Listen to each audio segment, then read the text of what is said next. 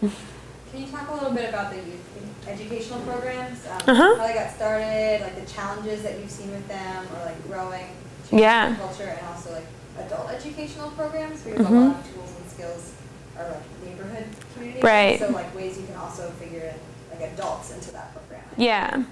So our school-based programming, or our school-age programming, has been pretty successful. We had a gap, unfortunately, in education coordinators. We just hired a new one who's starting very soon. That was a little unfortunate with the timing of the school year starting. But we have had a lot of success with kids coming out. I mean, a lot of people, it's a lot about meeting people where they're at. So having plastic bags for them to put over their sneakers because they don't want to get them muddy, and the farm's really muddy. It's like these little sort of kinks that once you work out, and that's not the barrier.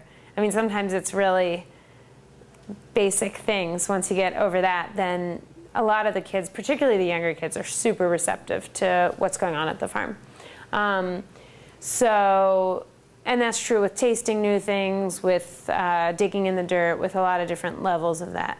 So I think you see a lot of education on the youth level, but of course then they're going to go home and eat whatever everyone else is eating at home.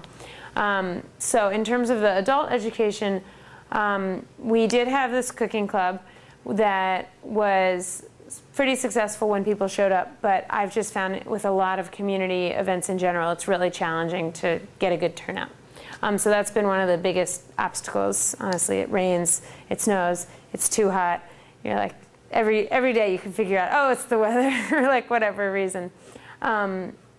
So I think that in general, what I'm seeing just from talking to people is, you know, like, oh, like I tell people about the farm, and oh yeah, we're over at Lake Clifton next to Lake Clifton High School, and they're like, oh, those greenhouses, I've seen those, I've been meaning to check it out. So I feel like there's a slowly growing awareness in the community.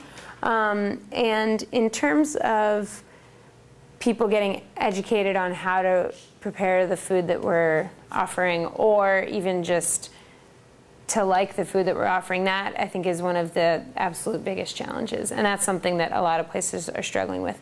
The number of people, college students or somebody writing a paper, or somebody who comes up to me and says like, oh, so if we just set this farm stand up, or if we just set this corner store up with healthy food, and it's like, it's not that simple. These are really ingrained, you know, geography is one obstacle in food access, but there are so many other obstacles too.